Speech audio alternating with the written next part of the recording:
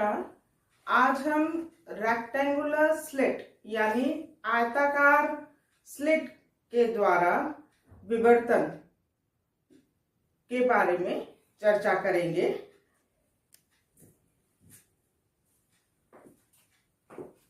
ये हमारी एक स्लिट एस है जो कि आधी बोर्ड के अंदर है और आधी बोर्ड के बाहर है, इसलिए ये आपको डॉट जैसी दिखाई दे रही है। ये क्लियर है, चूंकि स्लिट है इसलिए जो वेव फ्रंट होगा वो सिलिंड्रिकल होगा, बेलनाकार होगा। ये हमारा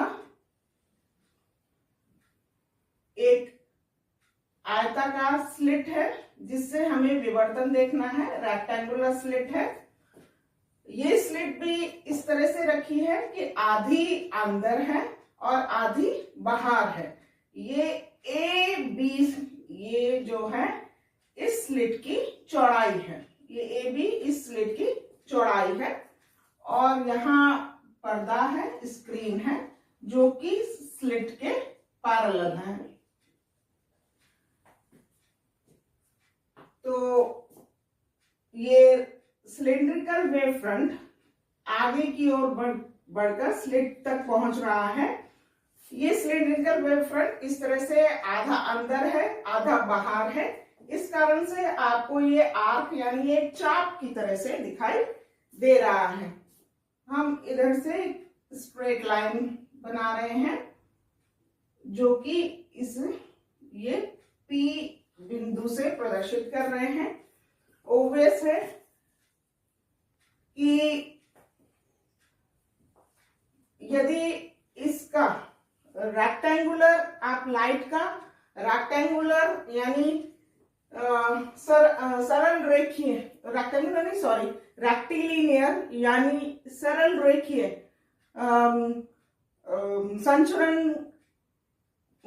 संचरण को मानेंगे तो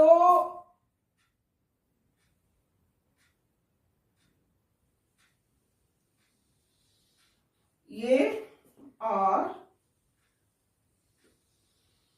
ये जो रीजन है, ये रीजन में ही हम इसे ई एफ से बात कर प्रदर्शित कर ले तो इस ही रीजन में लाइट पहुंचनी चाहिए। बाकी ये जो एफ के नीचे का क्षेत्र और ई के ऊपर का क्षेत्र सारा शैडो रीजन है, यानी वहां डार्कनेस मिलनी चाहिए और इसके बीच में आपको प्रकाश मिलना चाहिए। यदि ये मानकर चलते हैं कि लाइट यानी प्रकाश सीधी रेखा में गति करता है, जो लाइट का रेक्टिलिनियर प्रोपेगेशन होता है, लेकिन डिफ्रैक्शन के कारण हमें उन क्षेत्रों में भी प्रकाश मिलता है जो कि शैडो रीजन्स होते हैं। तो आज हम इसकी चर्चा करेंगे कि आयताकार रेखा छिद्र है तो किस तरह का आपको डिफ्रैक्शन पैटर्न मिलता है। तो ये हम फ्रेनेल के हाफ पीरियड स्ट्रिप्स बनाकर देखेंगे, क्योंकि ये एक सिलिंड्रिकल यानी बेलनाकार वेव फ्रंट है, सिलिंड्रिकल वेव फ्रंट है, बेलनाकार तरंगाग्र है। इस कारण से आपको हाफ पीरियड स्ट्रिप्स यानी फ्रेनेल अर्ध आवर्ती पट्टिकाओं का निर्माण करना पड़ेगा। तो ऑब्वियस है P के लिए ये जो बिंदु है O, ये ध्रुव की तरह से, पोल की तरह से काम करेगा। तो जब आप इसे हम W1 कह दें और W2 कह दें तो ये OW1 के कारण, चूंकि ए बी रीजन में हम इसमें दो पार्ट करते हैं, हम जो स्टडी कर रहे हैं उसके। पहला, यदि आपकी जो ए बी है स्लिट की चौड़ाई ज्यादा है, और दूसरे पार्ट में हम स्टडी करेंगे कि यदि जो स्लिट की चौड़ाई कम है तब कैसा पैटर्न मिलेगा। तो अभी हम पहला वाला, मतलब स्लिट की चौड़ाई यदि ज्यादा है तो आपको किस तरह का पैटर्न मिलेगा स्क्रीन पर, उसे हम स्टडी कर रहे हैं। तो ये आपने पोल ले रखा है, तो चूंकि ए बी की चौड़ाई ज्यादा है काफी, तो OW1 को आप जब स्ट्रिप्स में डिवाइड करते हैं और OW2 को स्ट्रिप्स में डिवाइड करते हैं, तो काफी सारे स्ट्रिप्स खुले हुए होंगे। OW1 के भी OA के बीच में काफी सारे स्ट्रिप्स खुलेंगे और OW2 के भी OB के बीच में काफी सारे स्ट्रिप्स खुलेंगे। तो जो परिणामी आयाम होगा, रिजल्टेंट आयाम, रिजल्टेंट एम्पलीट्यूड P पे क्या होगा, R is equals to R prime plus R double prime. R prime हम इसके कारण, यहाँ पर जो स्ट्रिप खुले हैं उनके कारण तीव्र आयाम देख रहे हैं, और R डबल प्राइम जो OB के बीच में जो स्ट्रिप्स खुले हैं उनके कारण तीव्रता आयाम देख रहे हैं P बिंदु पर। तो पहले R प्राइम देखें, तो R प्राइम क्या होगा, चूंकि OA के बीच में सारे स्ट्रिप्स खुले हैं, तो हम जो R प्राइम होगा वो R1/2 होगा। ये हम काफी पहले के लेक्चर्स में काफी ज्यादा डिस्कस कर चुके हैं, इसलिए हम बहुत ज्यादा मैथमेटिक्स नहीं कर रहे हैं। वैसे ही R डबल प्राइम क्या होगा, चूंकि बहुत सारे स्ट्रिप्स खुले हैं, तो ये भी R1/2 होगा। तो R will be equal to R1/2 plus R1/2। तो ये R1, that means R is equals to R1, और चूंकि I क्या होती है, R स्क्वायर के प्रोपोर्शनल होती है, तो ये R1 स्क्वायर यानी I1। तो I will be equal to I1 होगा इस पॉइंट पर। और चूंकि AB काफी चौड़ी है, तो आप P के थोड़ी दूर भी इधर चले जाएं या इधर चले जाएं थोड़ी दूरी पर, तब भी यही स्थिति होगी। मतलब काफी दूरी तक P बिंदु पर और उसके आसपास के बिंदुओं पर जो तीव्रता होगी वो I1 ही होगी। लेकिन जब आप इसके E बिंदु के निकट जा रहे हैं, मतलब शैडो रीजन के करीब जा रहे हैं, तो यहां आप जैसे इधर कहीं आप आ गए, ये P प्राइम, इसे हम P प्राइम कह दें, इस पॉइंट पर आ गए, तो आप देखें इसके लिए जब आप खींचेंगे तो यहां पर ये आपका O प्राइम बिंदु होगा। इस O को अभी हम रब कर देते हैं, ये O प्राइम होगा, पोल जो होगा ध्रुव, ये O प्राइम होगा। अब जब आप हाफ स्ट्रिप्स बनाते हैं, फ्रेनेल अर्धावर्ती पट्टिकाओं का निर्माण करते हैं, तो यहां पर तो काफी O प्राइम B काफी चौड़ा है, तो काफी सारी पट्टिकाएं खुली होंगी, लेकिन O प्राइम A के बीच में बहुत कम पट्टिकाएं खुली हुई होंगी। तो O प्राइम B के बीच में बहुत सारी पट्टिकाएं खुली हैं, तो ऑब्वियस है कि जो इंटेंसिटी, जो आयाम होगा P प्राइम पॉइंट पर, वो चूंकि फिर R prime plus R double prime, और अब की बार R प्राइम जो है वो इस हम ले रहे हैं इसके बीच में R प्राइम, और R डबल प्राइम इसके बीच में। तो R प्राइम इसके बीच में तो काफी सारी पट्टिकाएं खुली हैं, तो R prime will be equal to R1/2। लेकिन R डबल प्राइम में केवल यही रीजन खुला हुआ है, तो अगर यहाँ एक ही पट्टिका खुल रही है तो R प्राइम क्या होगा, R1 ही रहेगा। अगर एक ही पट्टिका खुली है तो टोटल R हो जाएगा R1/2 plus R1।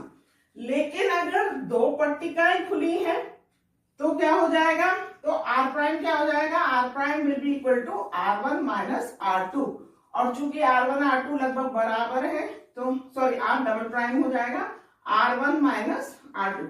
r prime तो वही रहेगा लेकिन r डबल प्राइम में चेंज आएगा, तो ये r1 माइनस r2 है तो ये लगभग 0 हो जाएगा।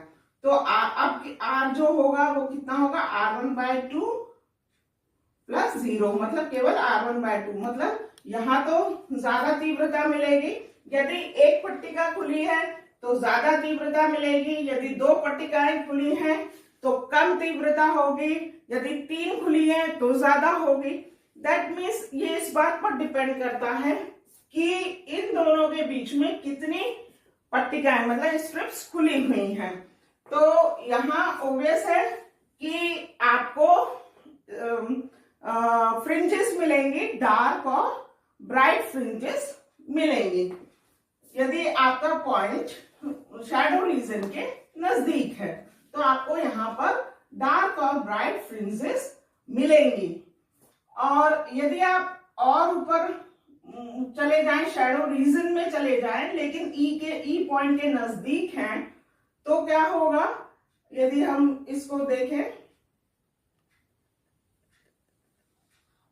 ये पॉइंट इसे हम P डबल प्राइम कह दें, P डबल प्राइम पॉइंट पे हैं अगर आप,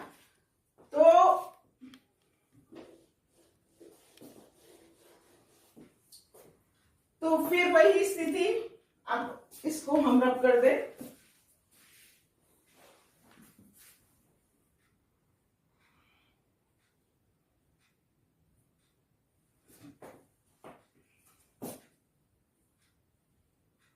ये इसके लिए जो पोल होगा ये होगा, उसे हम O डबल प्राइम कह दें।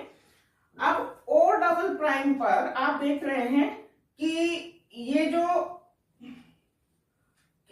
O डबल प्राइम W1 और O डबल प्राइम W2 में डिवाइड हो रहा है। O डबल प्राइम W1 की तरफ के सारे जो फाइनल हाफ पीरियड स्ट्रिप्स हैं यानी अर्धावर्ती पट्टिकाएं हैं वो छुपी हुई हैं, ये इधर से दबी हुई हैं, लेकिन O प्राइम B के बीच में जो पट्टिकाएं हैं वो खुली हुई हैं, लेकिन sorry O double prime A के बीच में दबी छुपी हुई है लेकिन AB के बीच में खुल रहे हैं। तो यदि यहां से तो कोई प्रकाश, कोई आयाम यहाँ का इस एरिया का तो कोई भी कंट्रीब्यूशन नहीं होगा क्योंकि ये पूरा छुपा हुआ है, लेकिन ए बी के बीच में जो खुली हुई होंगी पट्टिकाएं उनसे कंट्रीब्यूशन हो मिलेगा पी डबल प्राइम पर, आयाम में, एम्पलीट्यूड में। लेकिन ये इस बात पर डिपेंड करेगा कि सम संख्या में खुली हुई है या विषम संख्या में खुली हुई है। यदि सम संख्या में खुलेंगी तो आपको वहां पर निम्निष्ठ मिलेगा और विषम संख्या में खुली हुई होंगी तो वहां पर आपको उच्चिष्ट मिलेगा। मतलब यहाँ पर आपको यहाँ पर भी आपको फ्रिंजेस मिलेंगे, डार्क और ब्राइट फ्रिंजेस मिलेंगी, यानी ई पॉइंट के दोनों ओर कुछ दूरी पर तक आपको डार्क और ब्राइट फ्रिंजेस मिलेगी। लेकिन यदि P डबल प्राइम बिंदु बहुत ऊपर चला कर देगा तो ये लगभग इस तरह से जाएगा और यहाँ ये पोल की तरह से काम करेगा, तो ये वाला एरिया भी छुपा हुआ होगा और ये वाले एरिया के भी मैक्सिमम स्ट्रिप्स छुपी हुई होंगी। तो अब जो प्रकाश पहुंचेगा वो बहुत कम होगा और धीरे धीरे एकदम डार्कनेस हो जाएगी।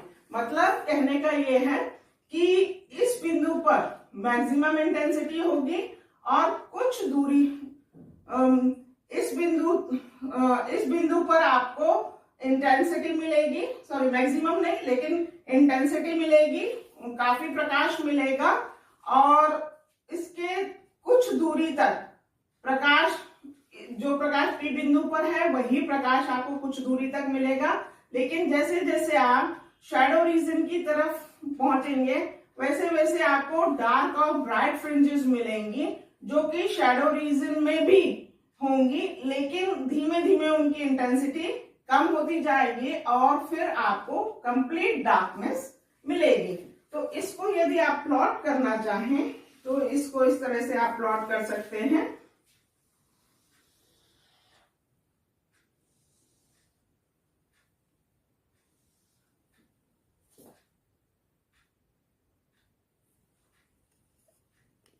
ये आपका P बिंदु है, ये इंटेंसिटी प्लॉट कर रहे हैं यहाँ पर, और ये आपकी स्क्रीन है, ये इधर ये P बिंदु है। तो यहाँ पर जो इंटेंसिटी है वो I1 है।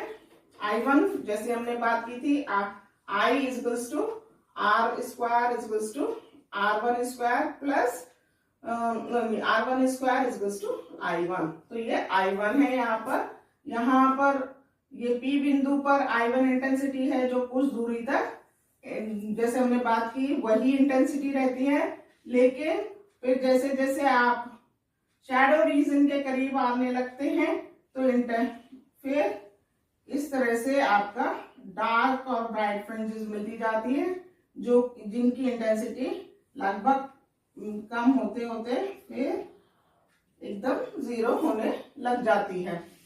वैसे ही दोनों तरफ एक सी ही स्थिति है, ये ब्राइट और डार्क फ्रिंजेस आपको मिल रही हैं और फिर ये आपको जीरो। तो ये आपका ये यदि ये स्लिट की चौड़ाई ज्यादा है तो किस तरह से डिफ्रैक्शन मिलेगा आपको, ये आप देख रहे थे। अब हम नेक्स्ट वीडियो में डिस्कस करेंगे कि यदि स्लिट की चौड़ाई कम है तो किस तरह से आपको डिफ्रैक्शन पैटर्न मिलेगा।